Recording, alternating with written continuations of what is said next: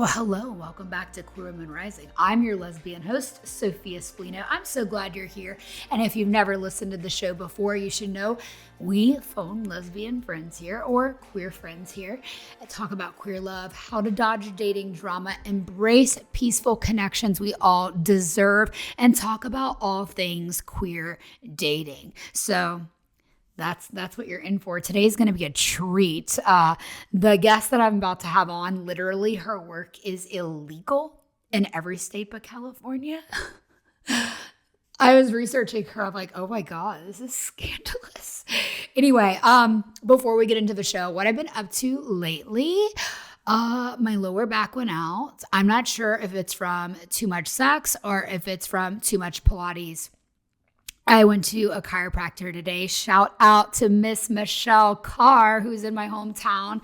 I love her. She is a proud mama of someone very special in the queer community here, and she's an incredible chiropractor.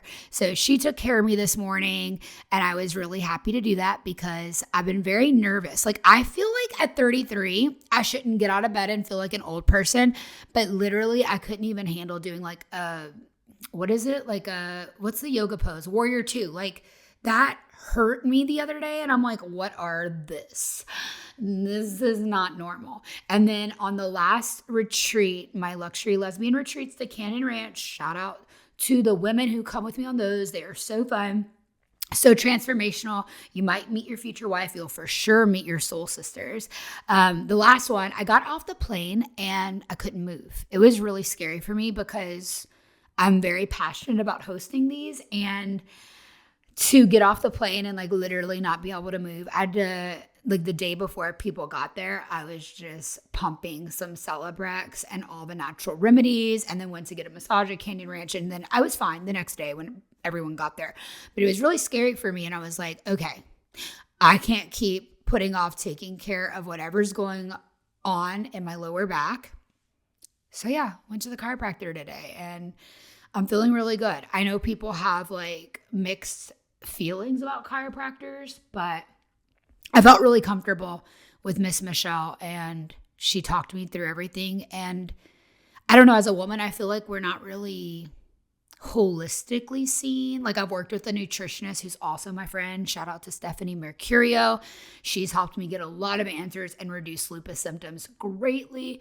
But aside from her and Dr. Michelle, I feel like our medical system in general in the USA is pretty fuddled, and women in particular. Like the other day when I went in for urgent care visit because I had bronchitis, the male doctor literally like laughed at me and made me feel like I was being overdramatic, even though I literally had put like a, all natural remedy that I got from Target up my nose. Like, it was like a Q-tip type thing. It was called Zicam. Anyway, they were recalled because of literal mold found in it. And I got an email from Target and brought this to him and was like, I have bronchitis. I'm really worried. I'm worried about like this recall. And I had just put this up my nose now, these symptoms. And he like laughed at me. I was like, I literally have been living with a migraine for a day, and he laughed at me.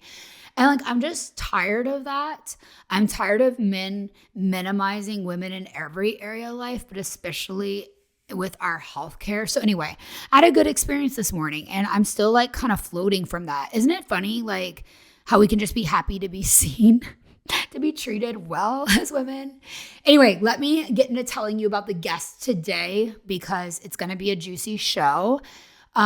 She's someone you might recognize from Netflix, Sex, Love, and Goop. Oh yeah, she's that girl.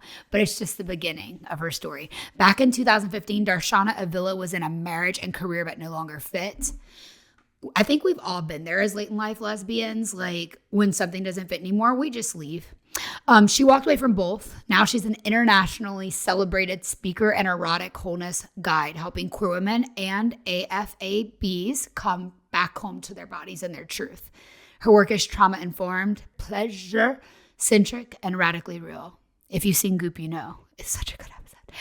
We're diving into healing after heartbreak, pleasure beyond performance and what it means to fully belong to yourself. Again, welcome to the show, Darshana. I am so happy to be here, Sophia. I'm so happy. I always start with the question. I put the L in LGBTQ. What's your letter of the alphabet soup? I put the Q in LGBTQ, Ooh. and very, very queer. And like, when did you realize this about yourself? So, different answer is when I started acting queer to when I realized that that label applied to me, because queer has been my whole lived experience. My formative sexual experiences were all same-sex experience. I was precocious. I was a horny little thing. Like, this is fun. Like, this feels good. Sneaking around, doing all sorts of things. And it never actually occurred to me when I was young, because the significant LGBTQ role model in my life was my aunt, who was a very, very dykey butch lesbian. And I wasn't that. And I didn't yet know about the whole like spectrum of possibilities. So I'm like, okay, well, I like guys. I like girls. I like the things that feel good in my body. So I'll just be me. And it really wasn't until further into my adulthood, I think part of the cultural zeitgeist we're still in of embracing queerness and a more expansive understanding. Like it's in my adult years that really I'm like, oh yes, queer. That is the word for me. So that's the But answer. you got to grow up like being with girls. Like that was your first. Oh, I'm so jealous, honestly. Is it Yeah. is it what they say as a sexologist that like women know women's bodies better? Because lesbians, we tend to just go with that, or is that just like something we say because we're proud lesbians? I've seen it both ways. I mean, from my lived experiences, I would say it comes down to confidence, right? So one thing is what we know, and the other is how we feel about it. And I think a lot of people, particularly like more in my experience, bisexual women, queer women who maybe have had more experiences with men or with people of their opposite sex, don't necessarily feel the confidence to lean into what they know about a female body.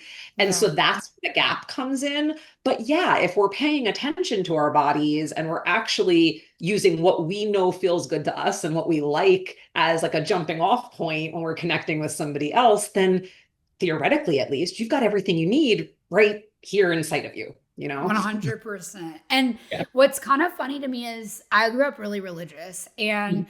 I never really got into porn. And I still have like, I guess, just like a little ick about it because of that religious trauma. And Totally. so when I had my first time with a woman, I really didn't know what it was supposed to look like. I had only watched one piece of porn to give myself an idea and then felt really weird about it.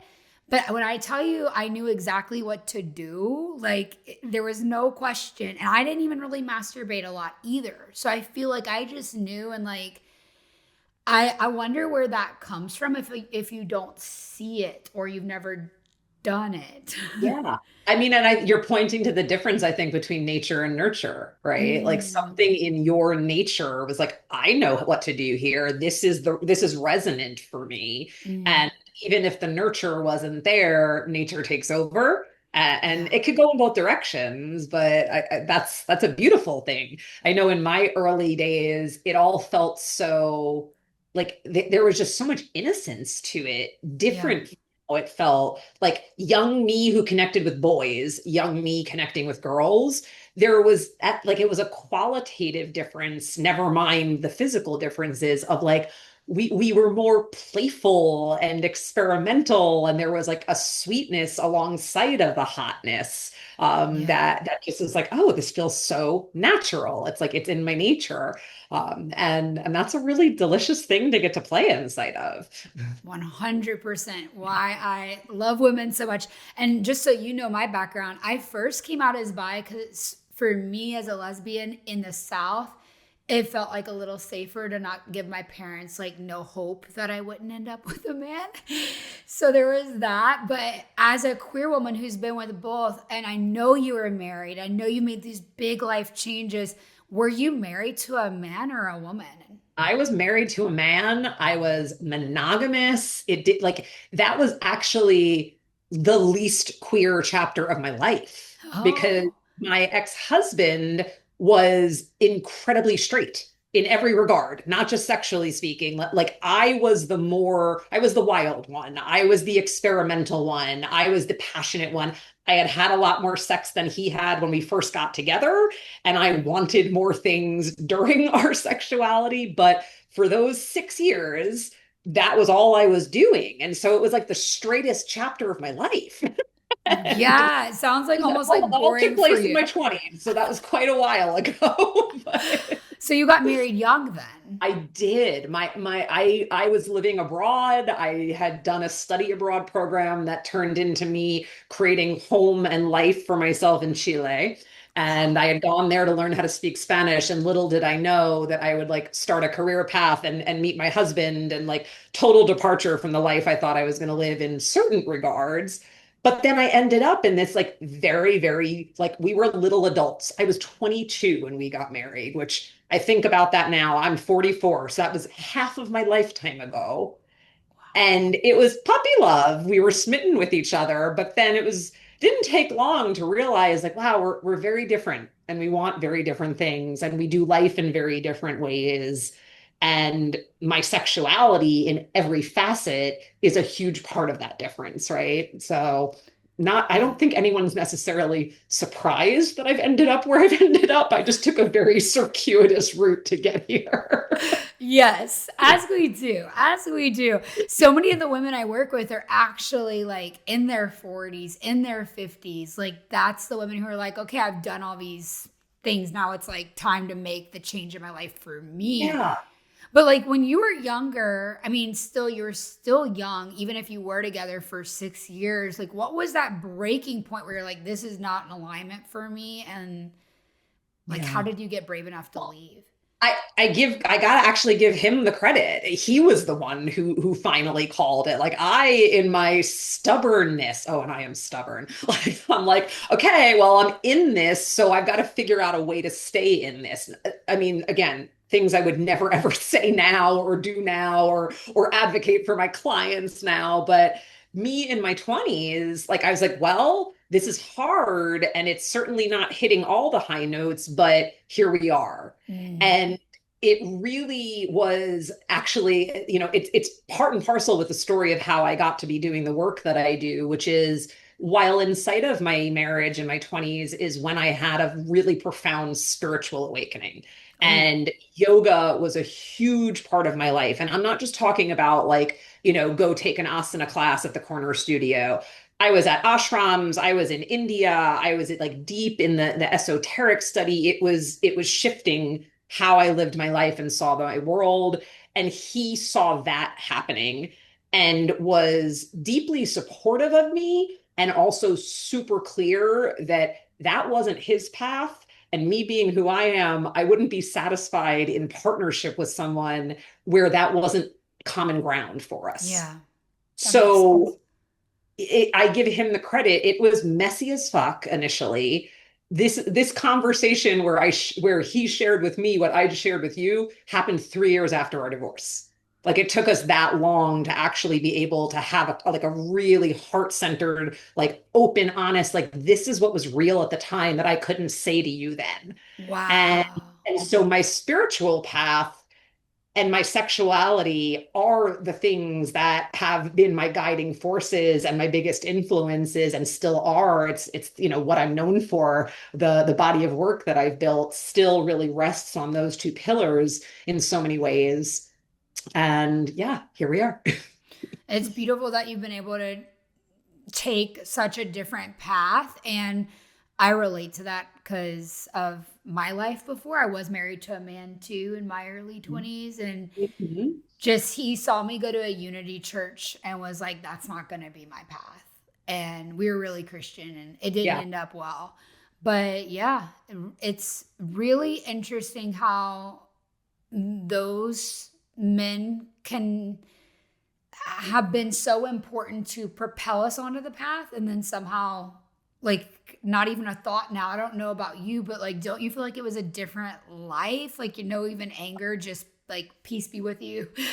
In every regard. I mean, including the fact that, we no children, we divvied up the shared property. Like it was an easy divorce as far as divorces go. Oh, wow. And yet we maintained a relationship for quite a while after, like being able to have that conversation I mentioned. And then like I was still an East Coaster then. And then when I've been a West Coast girl for 11 years now, and I have just only gotten further and further and further, not just geographically, but like in every facet of my being, in the way that I walk in this world. And so it's true. It's like we're not really in touch now. And once in a while I think about him, and mostly it's very fond. It's like, wow, little me and little him. We had so many beautiful formative experiences together, and holy moly, do we want different things in this life. And beyond want, we're here for different things, you Yeah. know, like, and there's no coincidence for me. I get that it's not everybody's path to create a body of work out of what their passion is, what their soul is about. It's glamorous and romantic to say that, but that's not how everybody's doing life, and that's fine. You Yeah. can channel that into so many regards. I don't have an option. Like this is what this creature came into this life to do. So it's like for me to do anything else, I would not be living my truth. I would not be actualizing my full potential. And if I had stayed in that marriage, this life would not be possible. I So totally feel you. And having the courage to leave something like good or average for great, and like women hearing that can be like all the difference. huge. Huge. So you're not only done this in your marriage, you've done this with your career. What did you Yeah. do before we even get into what you do now? Because Oh my that's going to be God. like an interesting conversation. I What were don't you know if I've doing? ever said this on a public platform before. I mean, there's no shame in it. It's like if you go onto my LinkedIn, like you can look far enough back in my history and like find it all out. There's nothing secretive, but I worked for Equifax, y'all. What? The credit. That's wild. I know. People are like, wait, huh? Make that make sense. It's worth mentioning. I had a different name. Darshana is a given name by one of my spiritual teachers that I received at the point of transition. When I Mm, had stepped out of my corporate career, that much like my marriage was good. It was good. I made good money. I had good benefits. I worked from home way before it was cool. That career is what let me in monetarily pour into my spiritual explorations, to travel, like, and it was soulless. yeah. It was soulless, like, and it was a waste of my talent. And when I gave notice, my supervisor at the time, my manager, like was pretty taken aback by it, and was like, "Can we get you to stay on like part-time?" I was great at my job, like they're like, "Would you stay part-time?" And I'm like, "Look, let me be honest with you. I work part-time hours as it is, like, Wow. like because I've managed to be good at my job without breaking my back, and Yeah. I'm clear that I need to leave, like that conversation was a little delicate. But, like a boss doesn't love hearing that one of their top performers is actually only working like 25, 30 hours a week, like, but again, it's like there are things that we're made to do, and that was not it for me. It was a stepping stone. And bless the ignorance that I had, bless the naivety that I had to leap, like, Yeah. because some of it was in there. Like there's also a part of me that is I'm brave. It's real. Like I'm not saying that as like ooh, like it's real. Like I will Yeah. do crazy things and then think about them later. Like that's how this makeup is. And that's one of the biggest examples, where I was like, it was a full moon. I was out in the middle of the night underneath the open sky. And I'm like, I'm in ceremony, like channeling in the clarity that I'm like, this is done. Full moon Mm, is a completion of a cycle. I'm like, this career is done. yeah. This version of my life is done. I don't totally know what's coming next. Worth mentioning, never intended to work in the sex industry. that wasn't what I set out to do. But when you say yes to life and you let life have its way with you never know, right? You So, never know. Yeah, I definitely didn't intend to be in this world either. This all started with like a sex podcast, and I am like I've had the least amount of sex. So yeah, hearing you go from like being this desk job at home sales girl to doing what you do, I sincerely relate. And like I got goosebumps when you said it was the full moon. You just had that knowing. Look, there's so many times in our lives where we have it, and the saddest part is not everyone follows that. a lot of us don't, I mean, and this is you're leading into what is effectively like the seed behind everything I do, which is our dominant culture is one of disembodiment and disempowerment. Yeah. That's the soup we are cooking in, that's the water we are swimming in, and that has us distrust our intuition. That Mm, has us, get that tingle up our spine and then be like, nope, I'm just going to keep playing it safe. mm, And it's not to be dismissive of some people listening to this might actually be in circumstances where their privilege and their access is not the same as mine was. I had no children. I had a 401k that I was stupid or not down to take some money out of if I needed to float myself. I had friends and family that I knew if push came to shove, I was never going to end up on the street, right? yeah. I was educated, I had good credit. I had Yeah. a lot going for me that I want to acknowledge the privilege that I had that allowed me to make a leap like that. And also it's this piece. It's that Yeah. I had enough faith in myself and in the universe to trust my intuition. And it's a big deal because we, especially now, like in the moment this conversation is happening, like the oppressiveness is so heavy. It is so easy and compelling to get swept up in distrust of our body, Yeah. believing that who and how we are is wrong. So even a little step, I took a giant leap. That may not be your thing, whoever is listening and needs to hear this. Even a little step in the direction of what your intuition knows, what your body knows, like we need that in the world. We do. And we need your work. I loved watching your episode on Goop. I want to say I watched it like during like pandemic times or Yeah. right after. Yeah. Probably would have because the show came out in late 2021. We Yep. fil- we filmed during the pandemic. I remember like to go to Gwyneth Paltrow's house for the party. You had to do like COVID testing and like it was back in that age. The yes. Oh, what a time. I remember like all the tests where you like have to stand in front of thermometers to go to restaurants and Yes, stuff. we did that. We totally did that, right? We I mean, also survived. it's also wild how that feels like talk about other lifetimes. Like, does it lands like that for me? Does it feel like that for you? Yes, it does. It really does. And it's weird to think that kids like there's some formative memories will be like those times cuz I'm like what Yeah. is that going to do for you guys? But okay, the episode was amazing. One of my favorites to watch. And I started doing some research on you and I read that your work is illegal in every state except California. Is that true or was that just like a crazy article? No, it's not untrue, but it's also not entirely representative. So what that is speaking to, one of the certifications I hold is that I'm a sexological body worker. And that's the very exciting thing that I do that people are like, oh my God, when I was just at this amazing business conference last week, like Black millionaire women led, like super queer inclusive, like be yourself kind of place. Yeah. So when I walk in and I introduce myself to people, I'm like, I'm a professional pussy stroker. Like, What?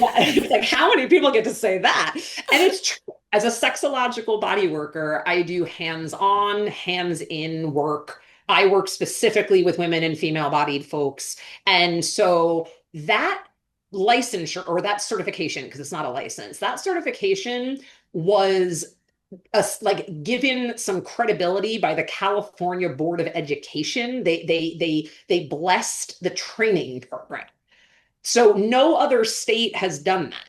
And that's Okay. this whole idea of like legal, illegal. The truth of the matter is that there has been no legal action taken against a sexological body worker in the existence of the modality. And it was born out of the AIDS crisis in the 80s to support the gay male population. So sexological body work has been around for quite a while at this point. No one has ever had legal action taken against them for doing this work. We have a very clear code of ethics that we follow. And also, yes, technically speaking, it's against the law to take money in exchange for a sexual act. So most states could look at this and say, oh, this is a form of maybe prostitution, but the difference of how we work, and listen, I am very pro sex work, very pro sex work. So Same. none of this is to knock any other form. The issue is the politicizing of this, but Yes. my work is one directional. Many other forms of sex work are not, which is to say Mhm. that I don't receive erotic energy or touch from my clients. It's one directional from me to them. So if you watch me work on Sex, Love, and Goop, and it's 3 episodes that I'm in, it's half the show. But I got to work with this amazing lesbian couple, Camille and Chandra, and you'll see me doing hands-on, hands-in work with each of them. But the entire Mhm. time, I'm clothed. I've got gloves on my hands when I'm touching their genitals. It's way more in the same way that you might go to any other kind of body worker or healer. It's that same context and framework as opposed to creating an experience as if we were intimate partners with each other, right? Right, right. So there isn't, it's like this gray area. I would love to live in a world where this was as respected and accepted a healing modality as any other and absolutely legal in every state. And we're not there yet. Like that's fact. Yeah. So I'm curious for someone who has not seen this show, can you walk us through what you call the pussy stroking appointment? Like do I come to you if I'm having trouble with masturbation? Like what would be your ideal client's problems that they could be having? Yeah. So people seek me out for a wide variety of reasons. So sexological bodywork is one of the main pillars of what I do. I'm also a trauma therapist. And Mm. I have a lot of diverse array of embodiment and body-based practices in my toolkit. And so some people come to me because they have very overt trauma that they are working through. It might be abusive dynamics in their family of origin or in romantic relationships or whatever the case may be. And they're really looking to do some deep body-based healing around the trauma. Then there is we can call it the little t trauma that quite frankly, there's not a single one of us who's not walking around with that. And for instance, to use you as an example, just the little pieces of information I know about you, Sophia, it's like growing up with religious conservatism, knowing that who you were understanding yourself to be was not accepted and having to adapt and adjust yourself to try to fit a mold that was not made for you, that's traumatic for Oh, most of us. and while undergoing being spanked. There we go. Like, Yes. and pile on top of that, And right? forced affection after being spanked. Like Yeah. I was forced to hug my parents, like most Christian kids were, forced to expose my bottom and sometimes, more. It sits with me Mhm. and I'm not okay Yeah. sometimes. Yeah. And that's real. So that would be a very compelling reason why someone would come to work with me. Chandra, half of the couple who I worked with on the show, came from a very religious conservative background, was effectively cut off from her family like they were not okay with her gayness. And so the way that manifested in her body is she could not be penetrated. Mm. She literally had such an intense bracing pattern that her pelvis would go on lockdown, even with her beloved.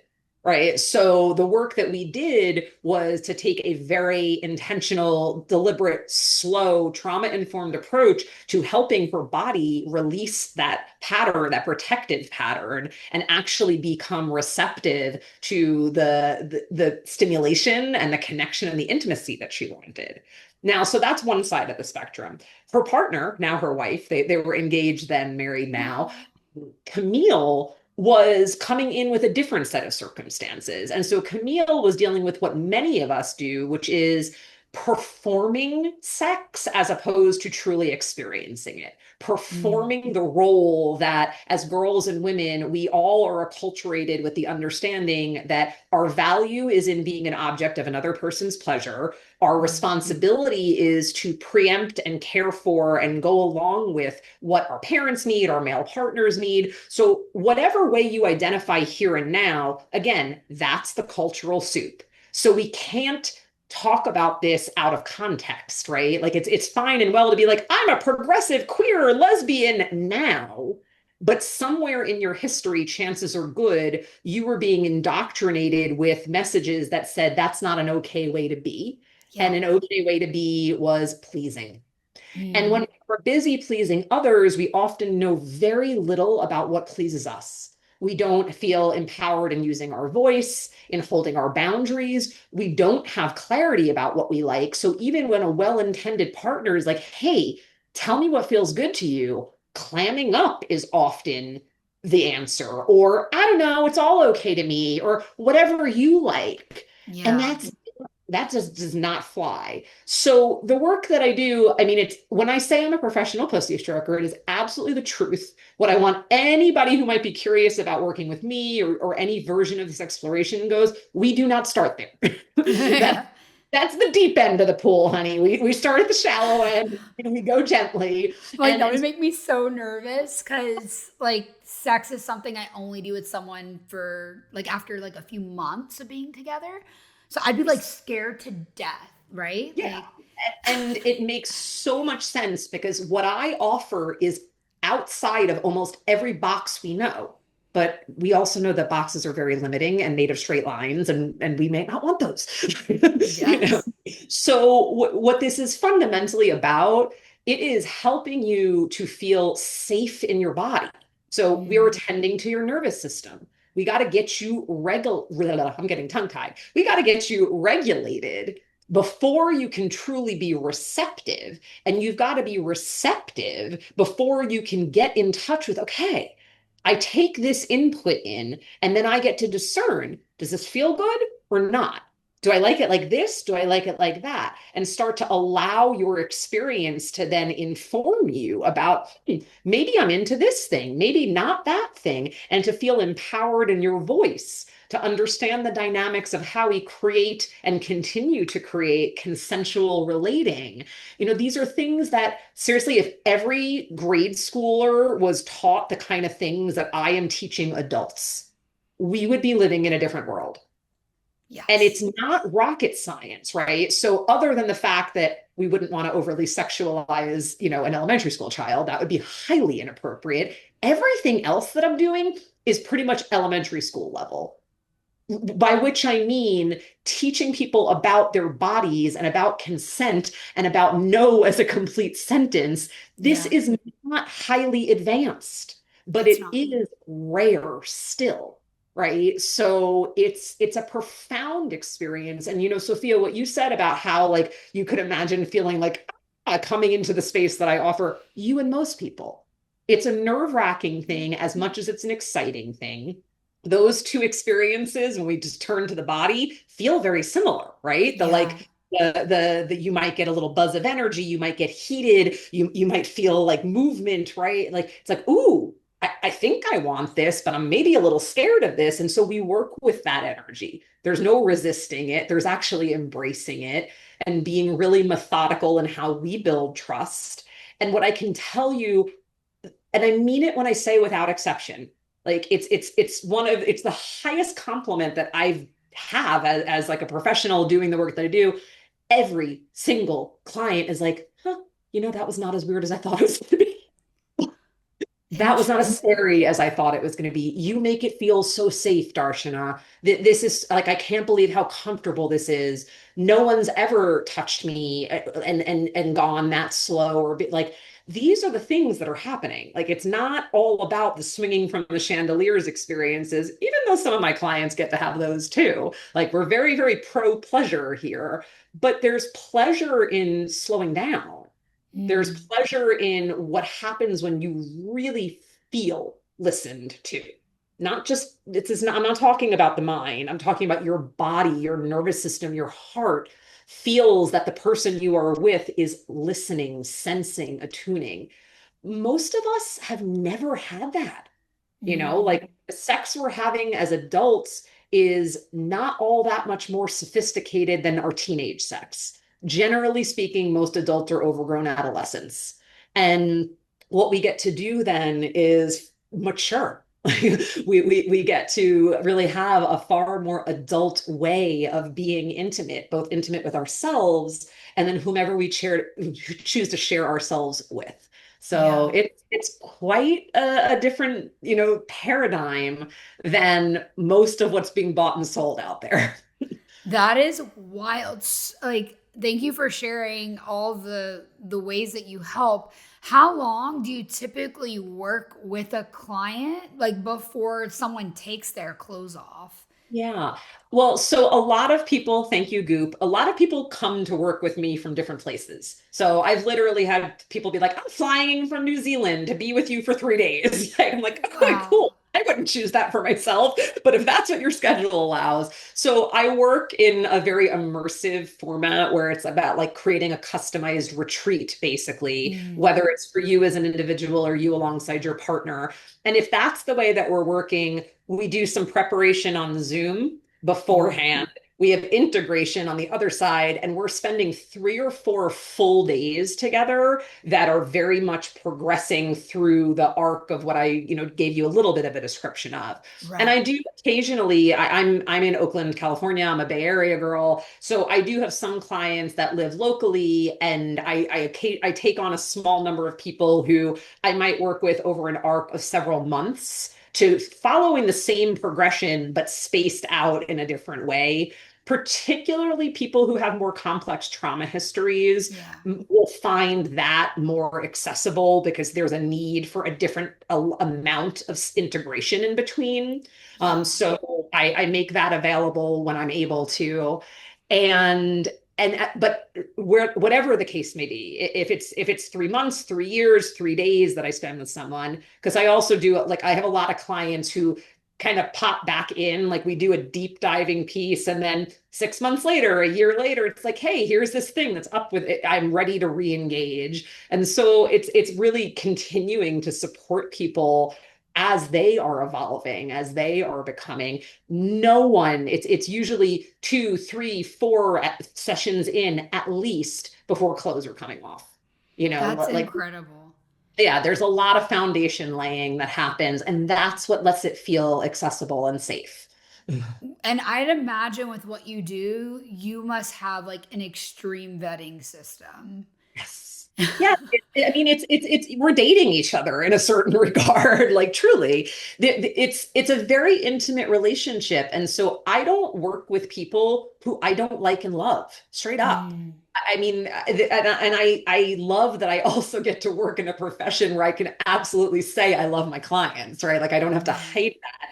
It's a very energetically clean love, like it's not a reciprocal of romantic love, but I need to have my heart open to you to do this kind of work. And you want that from me, believe me. So yeah, somebody fills out a form and then they're talking to my assistant and then we get on a phone call together if it feels like this could work. And then we get on a Zoom. Like so there, and this is very intentional, not just for my benefit, but for yours Yeah. because it's all progressive, right? And so just like it would be entirely overwhelming to think about walking in the door and immediately like pulling off your clothing and diving into the deep end of this, even the getting to know each other and the relationship building like happens in a very stair-stepped way. Because it's just easier on our nervous systems like that.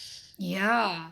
It's so intimate. Like I thought what I did was pretty intimate, meaning that like I'm in the DMs every day with lesbians from around the world, and then I do private coaching or have the most successful lesbians come to me for matchmaking, and I get to know everything about them during those intake moments, very vulnerable things that they're sharing from their past.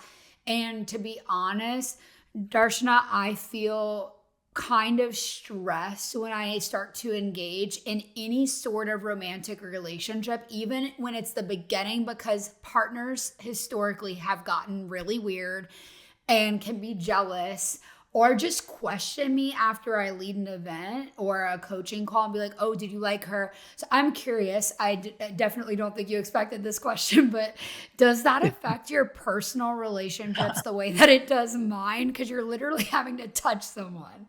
Um, no, but that also is because honestly, okay, here's the real vulnerable talk. I'm single. I'm like super single. And Mm, I date and I have lovers. Like that's how I keep my tank filled. I have, people that meet me in delicious sexual ways. I have an incredible intimate friendship group, like chosen family. But when it mm, comes to dating, I'm not the easiest person in the world to date, not because what I do makes people jealous. I mean, they barely even get to that point. It's that my bar is high, y'all. Like, mm, this is, I am so devoted to dismantling the normative ways. And I'm not just talking about heteronormative here. I'm talking about the normative ways that we assume access to another person's body and that we don't actually feel permission and comfort and total safety to be clear about what we like and do not like so much gets glossed over or sped through in dating that is not my way.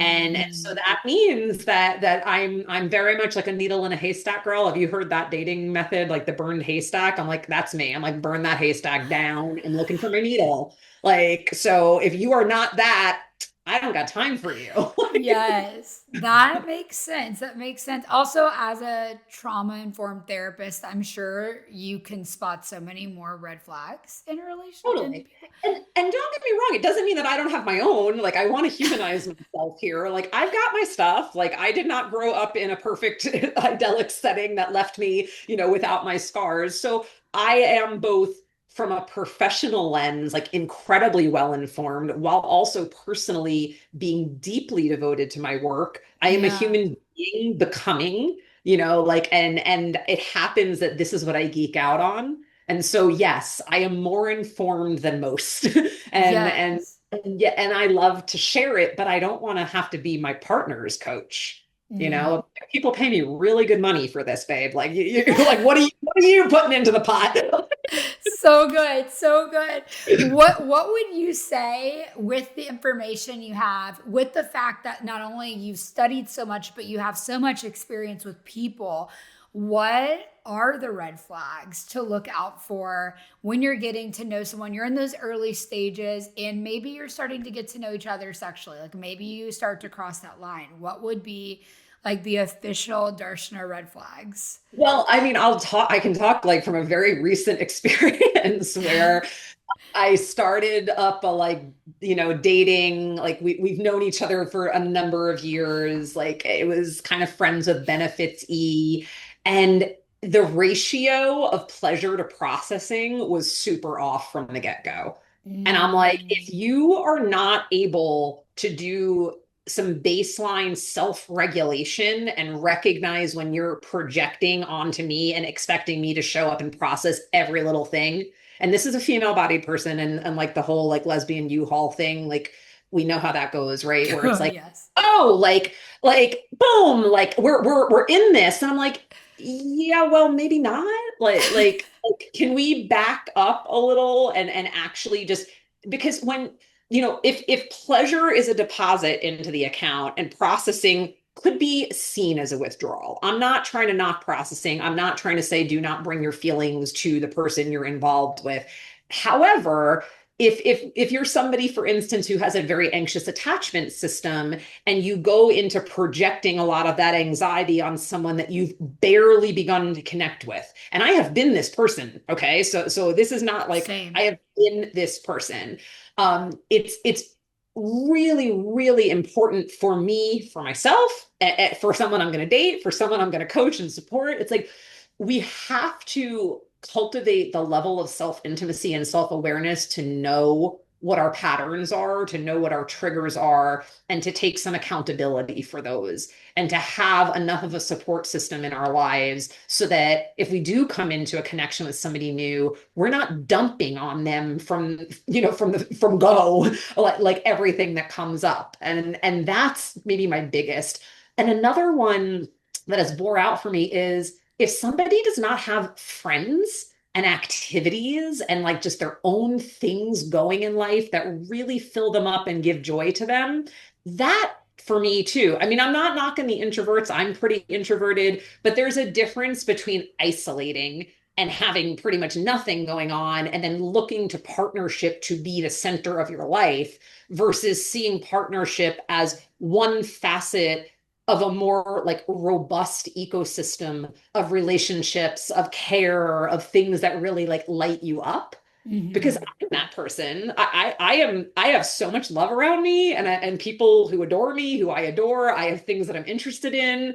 And so I want to know that I would be enhanced by being with somebody else because they've got all that type of thing too. Not that I'm going to be like constantly the one saying, oh, come and do this thing. Oh, come into my world. I want to be invited into yours and I want it to be rad. Okay, real quick, I need to tell you about Wisp, an online healthcare service that is for the girls, gays, theys, and me. In fact, for 3 years, they have been a part of my daily regimen.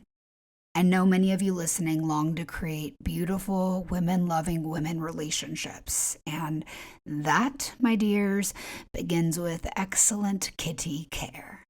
Like, no offense, I don't know about you, but I personally don't want to be at a kitty cat cafe, if you know what I mean, that doesn't provide the freshest dessert for me to lick. So do unto others as you'd have them do unto you, and keep your kitty cat cafe fresh. With Wisp, everything from the consult to receiving meds is done from the comfort of your phone, and the company is proud of being inclusive, cost-effective, and accessible for everyone. Wisp believes that you know your body better than anyone else, which means no more urgent care visits for issues such as UTIs, yeast infections, or STI treatment. You can save so much time not going to in-person appointments or waiting in line at pharmacies. The free shipping will save you so much time. Or same-day pharmacy pickup can have you feeling better faster. Before Wisp, I was prone to getting BV, but my kitty pH balance stays perfect. Chef's kiss now that I am on a consistent probiotic regimen. Ladies, this is so important. Personally, I subscribe monthly to Wisp probiotics, Sexy Time Lube, and OMG cream. It's like female Viagra. I also get D-mannose and boric acid vaginal suppositories as needed, so I'm prepared if something starts to fill off down there. Also, if you're about to meet a new partner from my lesbian dating platform, you definitely want to be tested before sleeping with someone new. You can order discreet online testing from your bed before you jump into bed. Go to the link in the show notes to learn more, or go to hellowisp.com and use my code SOPHIA for 15% off. That's code SOPHIA, SOPHIA, for 15% off all your kitty needs. You're welcome. Okay, back to the show. Yeah. I was like, if your life isn't like offering me the things that I really want, but like I'm busy creating my magical life myself, like if it doesn't add value to what I already bring to my table, because I can bring a whole table. Like I don't need to even bring like food. I will bring the whole table. If you can't bring something incredible, like there's no point. I might as well just like focus on myself right now. I mean, look at you. You're gorgeous. You're a badass entrepreneur. You've done your work. Like for real, take it in. Don't I don't want you like deflecting any of this. Taking it in. Take it in. So am I. Yes, you are. Like, I mean, killing it. So someone's gonna come to the table and keep raising it. Yes. Like I last night ate at my table, like my first time I ever ate at this new table that I got. And I was just thinking, I'm so blessed. Like there's nothing else I could really want in this. Like when I find my partner, amazing. But like, this is good. And I'm happy. This is reminding me of something. So when my ex-husband and I got together 20 some odd years ago, pager were still a thing. Like, well, maybe not so, like I had a cell phone actually, but we did a lot of like, we still had codes that we texted with. I don't, you might be too young to even know this, but like we had a code for you complete me. And 22-year-old me thought that that was like the epitome of what a partnership should be. Yeah. 44-year-old me, I am complete. I am Yes. whole. I am looking for a complement to all of that. Yes. I am not Yes. looking for somebody to complete me. So either you compliment me and I compliment you, and we are respectively and jointly elevating the game for one another and ourselves, or no. So good. So good. And I'm going to be vulnerable here. I think I'm complete in a lot of ways, but I've heard you use the term erotic wholeness. And as much as I see wholeness in many areas of my life because of religious trauma and whatever other trauma, I don't feel erotic wholeness within myself. I don't have much desire for solo masturbation. I'm curious, does that have anything to do with the term that you use, erotic wholeness? And like, any advice you could give me personally? Because I know other women listening have to For feel the sure. same. Well, let me start by defining erotic, right? Because I use that word in a way that is different than how most of us interpret it. And Okay. most of us hear erotic and we hear it as a synonym for sex, Mm. equal swap. But I use erotic and I am standing on the shoulders mostly of like total badass black feminists like Audre Lorde, whose essay, Uses of the Erotic, go read it, Sophia. It's short, it's on, you can YouTube it, like go I'll read write it it every down. evening. Seriously, Audre Lorde, Uses of the Erotic. It's not super long, it's game changing. And Audrey's perspective, which is very, very much my own, is that Eros is life force. So erotic energy is creativity. Erotic energy is what we're passionate about. It's our activism. It is our emotions and our passions. It is our sex and our sensuality, not to the exclusion of the rest, but including all of that in the whole. So the first thing I really love to invite people to consider is how much of your erotic energy is actually being suppressed by overemphasizing sexuality and not considering all those other ways that it is here to inspire and inform you. So that's the one piece, right? Like your sex is a part of it. And I hear you talking about like maybe not having as much desire, and we can go there in a moment. But for starters, just consider how this is your God, goddess, spirit, source given nature to be in that flow of aliveness, that vitality. That's eros, that's eroticism. Mm. Mm. Wholeness, I draw that from a very different influence. So we're going from black feminist to like white dude. One of my mentors, Bill Plotkin, who is his body of work is known as soulcraft. I did many years ago, like I did a lot of deep work inside of Bill's world that we could put this under a term of like nature-based explorations, depth psychology, depth ecology. It fuses all these things in. I won't go too deep down that rabbit hole.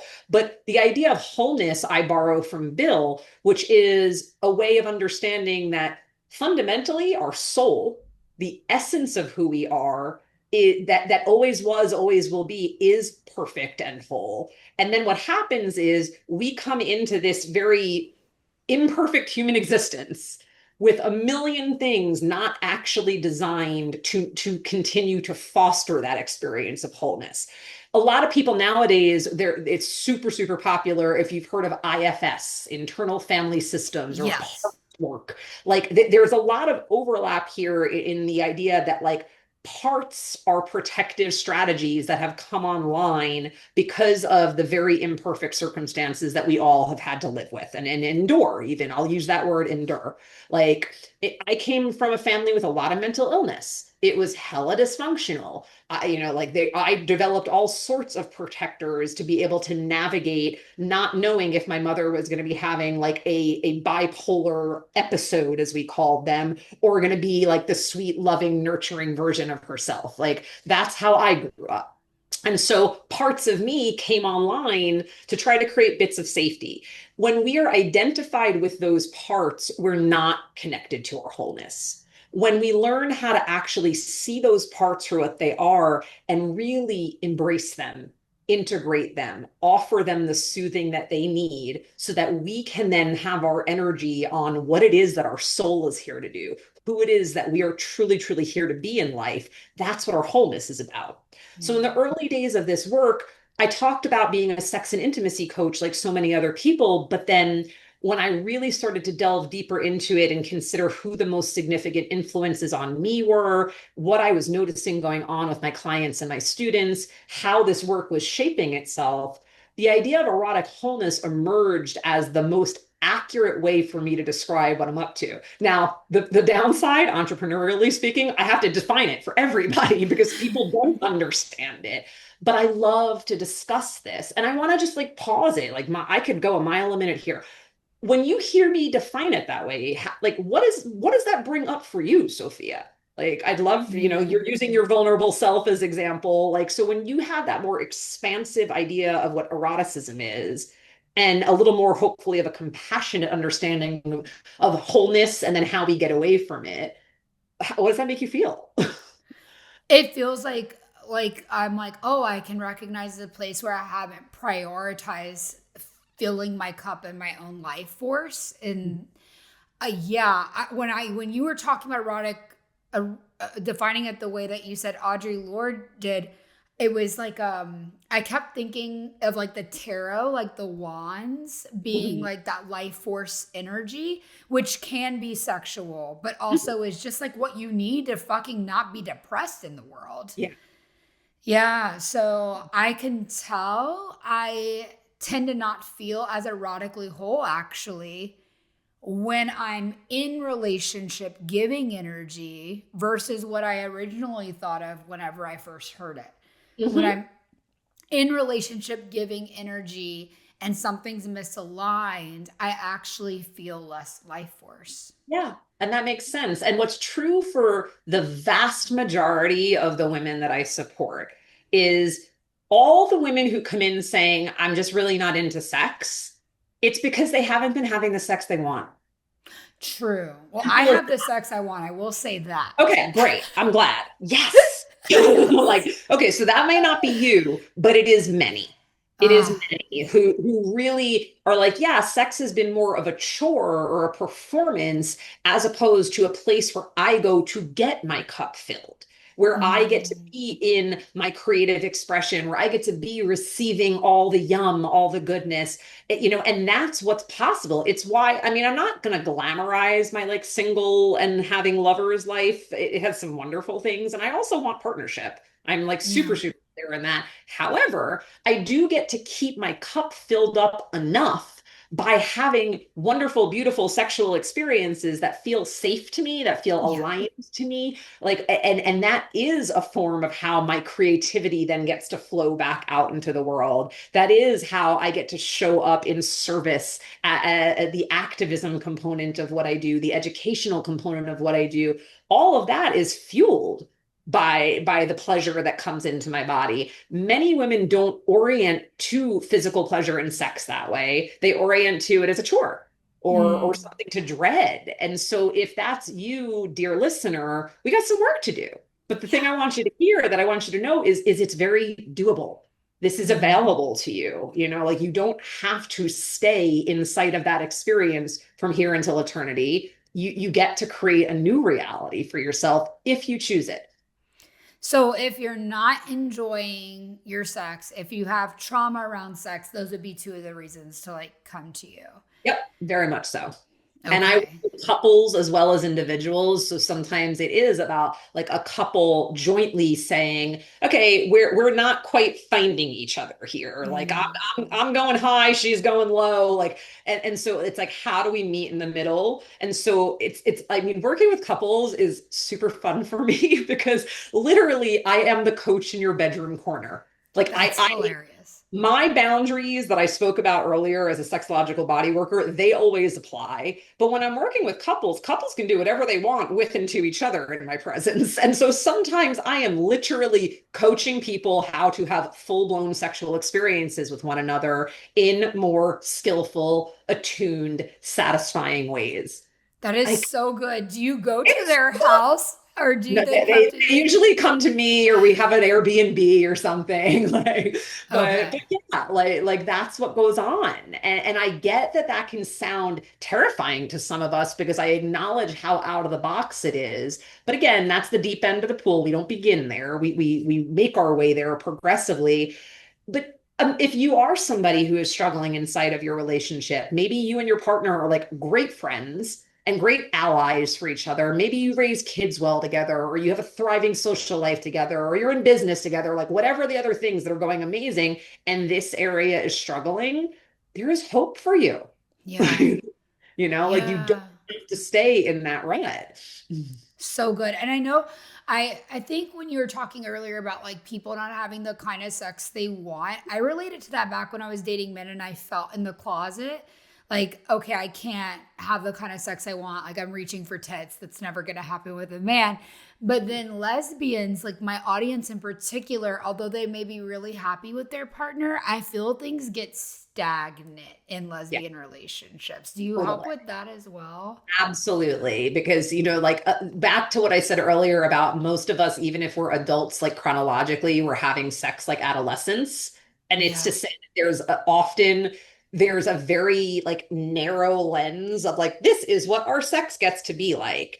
And what I get to help people do is really widen the aperture and consider all the ways of sensuality, of physical intimacy, of slowing things down, and really permission more than anything for you to define sex on your own terms, Mm. right? So even if we're talking about lesbian sex, we're still indoctrinated to the idea of sex as penis and vagina intercourse. And so the lesbian version of that is usually some iteration, whether it's like genital on genital grinding, or it's that it has to be like fingers or a dildo or something like that, that is in simulating or enacting intercourse is often Mm. what we think of sex as. There's nothing wrong with that. I mean, I freaking love it. And if that is all you are allowing yourself and it's not going well, we have to take those narrow blinders off and you get Yes. to then have a far more expansive and here's a great place to bring my letter Q of our gay alphabet in, like queering sex. To use queer as a verb here, queering your sex then is you define sex on your terms. Like, so Mm. that's a big piece that I see with lesbian couples that I work with. The other is oftentimes there's not clarity around like who's initiating. Maybe one partner Yes. does the initiating and feels burdened by that. Also might end up with rejection sensitivity if they are the one making bids for connection and their partner isn't always receptive. That dynamic shows up a lot. So we get to come out from behind these very like binary roles and Yeah. that you initiate and I either gatekeep or I acquiesce and create a little more like equality and sharing of the opportunity to flirt, to initiate, to get the things going. Like that's a piece of it.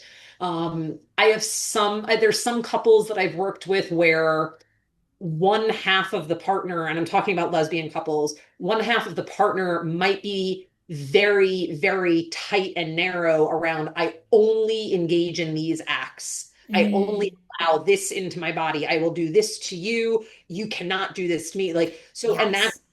that's trauma, right? Like Yes. this isn't where, so that is, and it's not to make the person wrong, but it's to say that if that's how you're showing up in your relationship, or if that's how your partner's showing up, then there is unhealed trauma that is blocking the two of you from the degree of intimacy that you might otherwise be able to have. So sure, you could keep going with that. I wouldn't choose that for myself personally. And without even knowing you, dear listener, I wouldn't choose that for you either, all things being equal. Yeah. So it's really I think in that case, it's just down to being able and willing to lean into that vulnerable edge of saying, like, something's not okay here. And I get that it might feel scary to explore what that is. And it matters. You matter. We matter. Instead of just staying in that version of the status quo of it. So good. I have one last question for you that's Yeah. really vulnerable. And if you don't want to answer, like if you're like, I can't do that on the podcast, then it's fine. But because of what I've gone Intrigued. because of what I've gone through with this spanking, I don't think it's something I'm ever going to enjoy from a partner. Even like playful little spankings will kind of bring tears to my eyes Yeah. or bring back something where I feel like my partner was upset at me, like Yeah. something earlier in the day because spanking was associated with like, I'm mad at you for this thing. Right. So, would healing that trauma ultimately look like me being able to receive playful spankings and not having triggered sensations? Is that what that would look like? That is one possible outcome, but it's not the only one, because here a little like lesson about what our incredible psyches, what our minds do Yeah. with traumatic experiences, where what particularly this is why BDSM and kink, which is which are umbrella terms for so many things. So spanking is definitely in that world. When it comes to how kinks develop, when it comes to how fetishes develop, oftentimes, if they are tied to something traumatic, notice that I'm putting emphasis on the word if. Just because you're into kinky things does not mean it's not always my parents spanked me when I was a child and thus I'm into this. That's far too Right. It's simplistic. the opposite for It's me. the opposite for you. And that's the point I want to emphasize. Some of us get spanked as a child and end up in the circumstances that you're describing, where any even sniff of that, even done playfully, Yeah. is triggering you in a very not good way. Not good. Other people get spanked as a child and get super turned on by it. Other people get spanked as a child and want to be the one who spanks. So there are three different pathways, and never Mhm. ever, is that true? I hate using definitive terms, but I think it's fair to say it's rare, if not never, that this is a conscious choice. This is what our psyches have done in response to us being in this threat, and in your case, it wasn't just the threat of, it was the enactment of. So this thing landed in your body as a trauma. Simple definition of trauma here is that something that was threatening and dangerous to you came your way and you couldn't get out of the way. No, So and I had to do it over and over and over, right. So right? that's your experience. And so you don't like that, and you may never.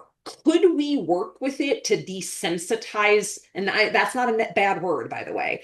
Could we desensitize or de escalate some of the reactivity and potentially open it up to where maybe you don't love it, but it doesn't trigger you? Yes, that is absolutely work that we could do. For somebody else who grew up being spanked, it might actually be helping them to make peace with the fact that it really freaking turns them on. And that can be very confusing for some of us. But what's going on there is our psyche is saying, I had no choice about this then, but now as a consenting Mm. adult, I am at choice and I am choosing to place this experience in a pleasurable context for myself. It gets me off. Yet another person's version might be to invert the role. So, again, in Mm. a consensual way, to become the one who spanks when you have been spanked might be the power reclamation move, might be the way Mm. of integrating that. So, there's different ways that our psyche goes about processing those kinds of experiences. Sometimes it's eroticizing it. I Sometimes love it. sometimes it's like, oh God, no. And wherever you are, it's really down to, what just happened here, hopefully, in hearing this explanation from me is that first, let's just get a little education. Let's just get a little perspective about what's going on here and take away shame or blame or wrong making. And then we can get curious, like, well, what would you want for yourself? Like I said, you might not want spanking to become like the centerpiece of your sex life, but you No. might say, it would be great if this didn't activate me so much. It would be so great because so many partners do it casually, like even in the kitchen, like a little butt Yes. slap.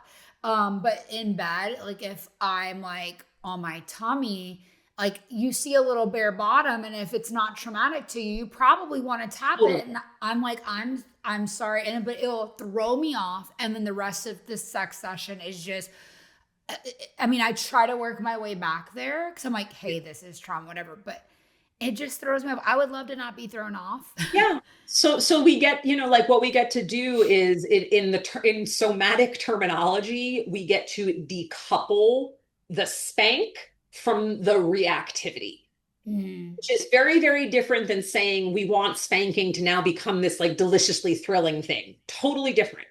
It's just that gotcha. we want you to be able, if a lover innocently, but also carelessly, like assuming that you have informed them about this and like it's careless is not the worst word in the world, but like, yeah, if it's someone that you're in active relationship with and they know that this is provocative for you in a way that isn't good, like in the best case scenario, they would not do it. And Right. sometimes we're careless, so it might happen. We would want for you to be able to metabolize that experience and maybe you register the displeasure or the like relative like okay that's not my thing like that but that's it, that it doesn't pull you back into the 6-year-old you, 16-year-old you, whatever age we're talking about here, and have you have all of your protective parts come online, which happens, in an Really instant fast. because you feel threatened. And so the protectors are just doing their job. So what we want to do is we want to help them distinguish between what you lived through then and what's going on now, and make sure that you've actually got the capacity in your nervous system to be with the present moment instead of getting pulled back into the past. And that's So where the work comes in with you. that's where the work comes in. And that's why it's, they're, for me, the sexological body work and the trauma are very, very necessary in tandem with one another. I don't really see how you can work with sexual trauma in particular. Like there are many sexological body workers who are not trauma trained. Right. And that there and that's not because sexological bodywork is incomplete. It's that that's the scope that it offers, and if you want to work with people's trauma you need something else. And so Yeah. I've built Erotic Wholeness and my body of work to really stand on those two pillars because they are such natural complements for one another. Yeah, I couldn't imagine like actually solving the problem without talking about the trauma. So thank you Yeah. so much for sharing that. Yeah, It gives me thanks for hope. asking. Yeah, and thank you for being willing to share about your experience because it's not all that unusual. And the more we're talking about and normalizing what's going on and knowing that there are ways to work with this and resources available, like this is how the collective healing and thriving and liberation happens. And I'm here for Mhm. I'm that. here for it too. So if my audience is like, I want to work with Darshana, I need to get this erotic wholeness in my life, whether it's with my partner or before I enter partnership. So many women listening to this, they're in Queer Country Club, my lesbian dating platform, and they're like looking for their future wife and growth minded, working through, but they may have never heard of work like this before. How do they work with you? How do they Yeah. reach Well, you? first of all, I want to work with you. You are my people. Like, Yeah. I am here for the queer femmes. I mean, like that's my sweet spot. And so, yeah, come into my world too. I mean, if you really want the like deep dive, then reach out and let's explore working together directly. I also have a free online community right now, which is a place full of resources. It's called Galgasm. We're here So for the cute. gals. It's super fun. And Galgasm mostly is a place where a lot of my resources live so that you get to have access to them, whether that's basic embodiment practices, wanting to improve your solo sex, wanting to start to get guidance about how to show up in relationship differently. That's a wonderful place to come. I've got a YouTube channel. I occasionally do like little short form programs, like group workshops online and stuff like that. So there are options, but the best Okay. way is to just get onto my website, put yourself on my email list, and let's talk. You will, if you'll get me, like we talked about earlier, I'm very discerning about who I work with. And so if you are in earnest, like I want what she's got, let's explore that together. So good. I'm going to put your contact information in the show notes.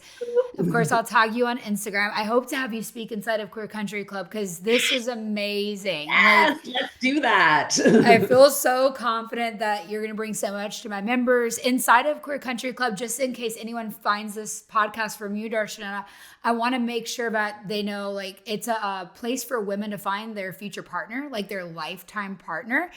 And we offer coaching inside that comes from guest experts who really are real therapists, real coaches. It's not just like always me. I love coaching, but I have experts like you who come in, speak, and provide resources for the community. And then we do live speed dating. We have AI matchmaking. Of course, you can level up and work with me as a private matchmaker. But that's the summary of my services. You can go to queercountryclub.com or my first and last name, SophiaSpallino.com to learn more. And I'd love to have you inside, and you'll be able to get to hear from Darshana right when you join, because she'll be speaking very soon. If we can, we'll talk about that right after this recording. I love it. I love it. I love it. I love it. We're here for you, everybody. I think that's the overwhelming message. Sophia and I are here for you. Yes, yes. And one thing that I've learned actually from one of my attendees at the last retreat was like, it's crazy to put queer women together into a room and assume that they're not completely traumatized by something in their past.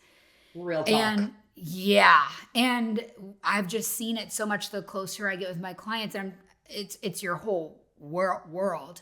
But for me, like I don't, build a quote unquote practice, right? Like I'm not a therapist. I don't build things based on trauma, but no matter who I'm talking to, it comes up. And so do the work, get an expert, talk to Darshana, and get the help you need so you can have the best sex of your life when you find your future wife or partner. Thank you for being here, Darshana.